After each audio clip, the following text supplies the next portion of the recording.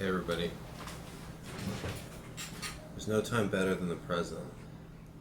And so that's why you're catching me with my cat in front of the screen and me buttoning my shirt. Because I've wasted too much time. So if you can do two things at once, being proactive, then it's worth doing it. Today we're going to be continuing with rule number 7 for Jordan Peterson's 12 Rules for Life. If you notice, I've gotten some contact lenses and not really looking at my face. I don't do that too often, but apparently I look like I'm crying. And that's just how I look. So anyways, this isn't about me or my appearances. Last week we ended with delay of gratification. And so now we are on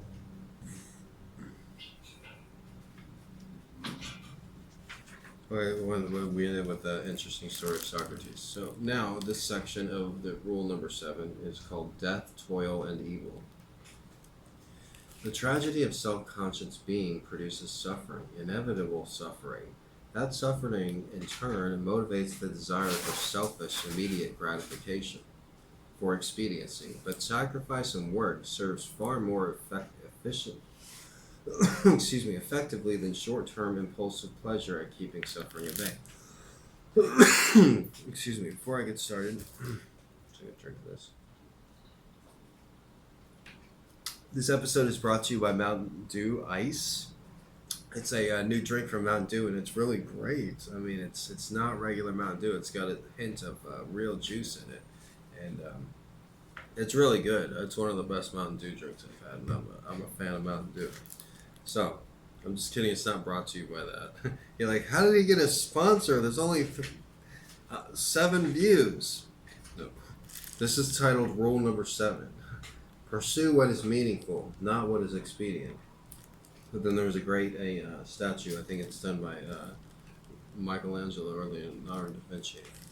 But you can check out the book yourself. Okay, Death, Toil, and Evil.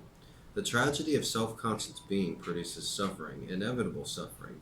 That suffering, in turn, motivates the desire for selfish, immediate gratification, for expediency. But sacrifice and work serves far more effectively than short-term impulsive pleasure at keeping suffering at bay. However, tragedy itself, conceived of as the arbitrary harshness of society and nature set against the vulnerability of the individual, is not the only, and perhaps not even the primary, source of suffering.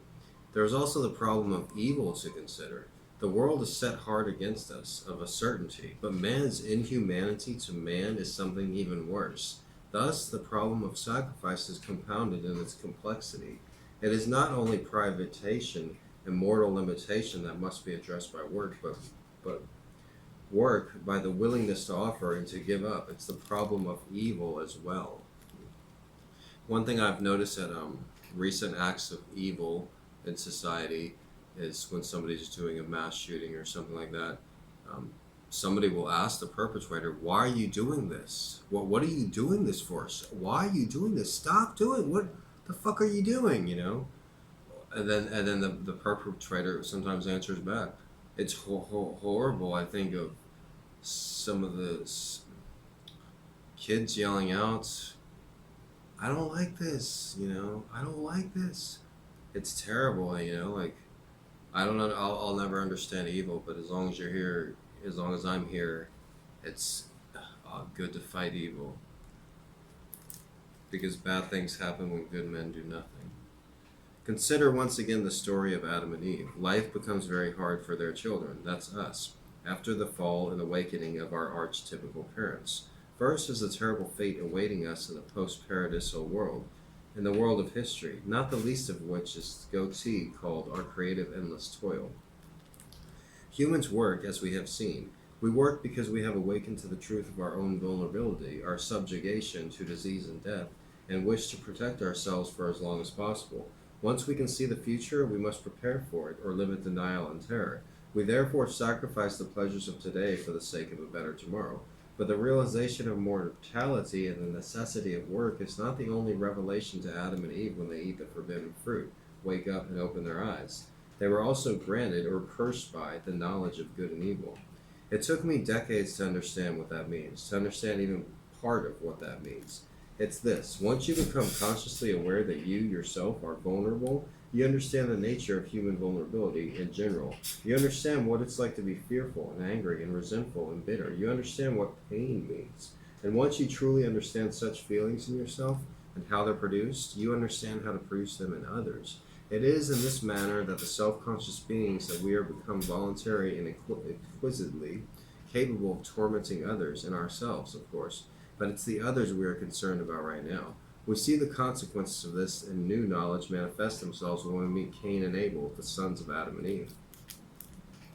By the time of their appearance, mankind has learned to make sacrifices to God on altars of stone designed for that purpose. A communal ritual is performed, the immolation of something valuable, a choice animal or portion thereof, and its transformation through fire to the smoke, to the spirit that rises to heaven above. In this manner, the idea of delay is dramatized, so that the future might improve. Abel's sacrifices are accepted by God, and he flourishes. Cain's, however, are rejected, and he becomes jealous and bitter. And it's no wonder. If someone fails and is rejected because he refused to make any sacrifices at all, well, that's all at least understandable. He may still feel resentful and vengeful, but knows in his heart that he is personally to blame. That knowledge generally places a limit on his outrage. It's much worse, however, if he had actually foregone the pleasures of the moment, if he had strived and toiled and things still didn't work out, if he was rejected despite his efforts. Then he's lost the present and the future. Then his work, his sacrifice, has been pointless. Under such conditions, the world darkens and the soul rebels. I think of a lot of the writings that I've lost and a lot of paintings that my brother painted that we lost in a storage unit. And a lot of the times where I thought I was doing the right thing, but I probably should have been doing the other thing. Cain is outraged by his rejection. He confronts God, accuses him, and curses his creation. That proves to be a very poor decision. God responds, in no uncertain terms, that the fault is all with Cain, and worse, that Cain has knowingly and creatively dallied with sin, and reap the consequences. This is not at all what Cain wanted to hear. It's by no means an apology on God's part. Did Cain expect God to apologize?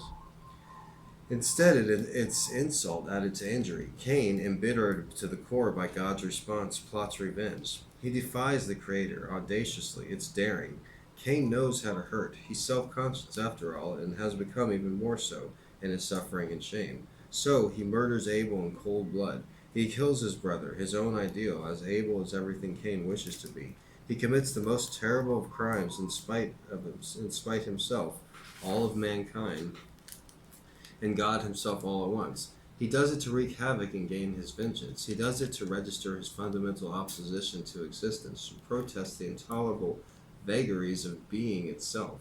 And Cain's children, the offspring, as it were, of both his body and his decision, are worse. In his existential fury, Cain kills once. Lamech, his descendant, goes much further.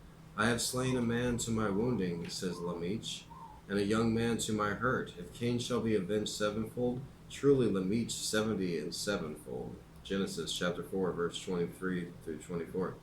Tubal-Cain, an instructor of every artificer in brass and iron, Genesis chapter 4, verse 22, is by tradition 7 generations from Cain, and the first creator of weapons of war. And next in the Genesis stories comes the flood. The juxtaposition is by no means accidental. Evil enters the world with self-consciousness. The toil for which God curses Adam, that's bad enough. The trouble in childbirth with which Eve is burdened and her consequent dependence on her husband are no trivial matters either. They are indicative of the implicit and oft agonizing tragedies of insufficiency, privation, brute necessity, and subjugation to illness and death that simultaneously define and plague existence.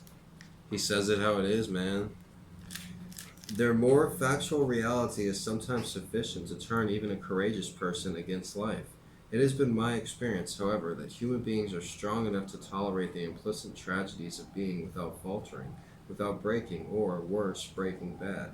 I have seen evidence of this repeatedly in my private life, in my work as a professor and in my role as a clinical practitioner. Earthquakes, floods, poverty, cancer, we're tough enough to take on all that. But human evil adds a whole new dimension of misery to the world.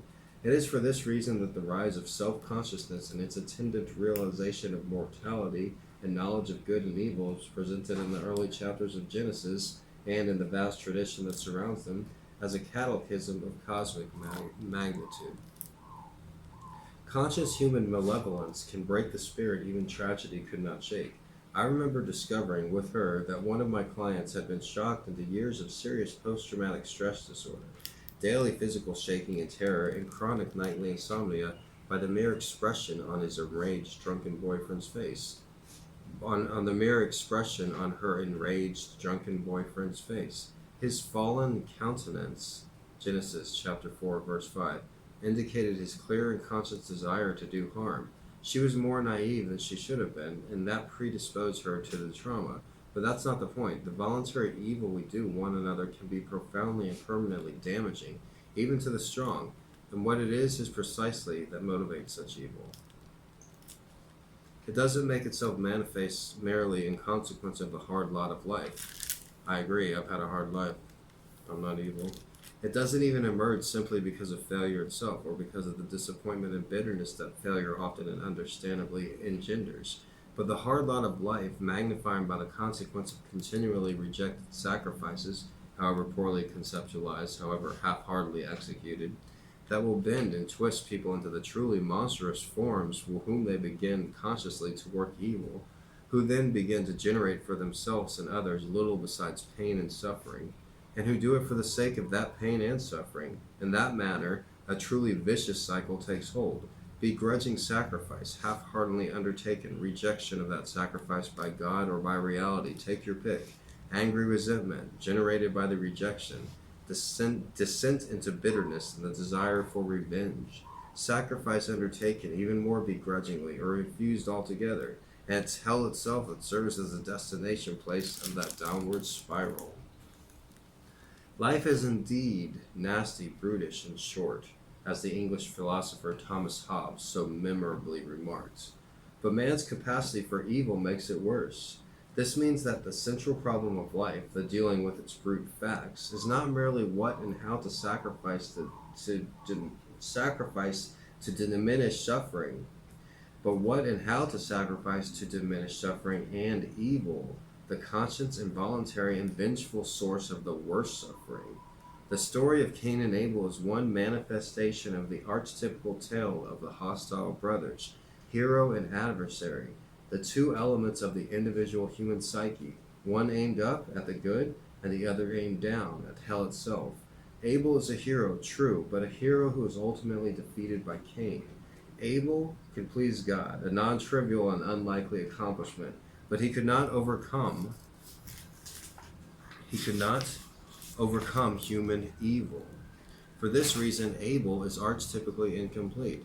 Perhaps he was naive, although a vengeful brother can be inconceivably treacherous and subtle, like the snake in Genesis chapter 3, verse 1. But excuses, even reasons, even understandable reasons, don't matter, not in the final analysis. The problem of evil remained unsolved even by the divinely acceptable sacrifices of Abel. It took thousands of additional years for humanity to come up with anything else resembling a solution. The same issue emerges again in its culminating form in the story of Christ and his temptation by Satan. But this time it's expressed more comprehensively, and the hero wins. That was from Jordan Peterson's 12 Rules of Life. That was from rule number 7. My name is Gregory Brandt. I'm also a writer. If you enjoyed my reading of that, don't forget to hit the subscribe button. And also check out my own book. It's called Gonzo Education. There's a playlist of me reading it here on this channel. Thanks again, and have a nice day.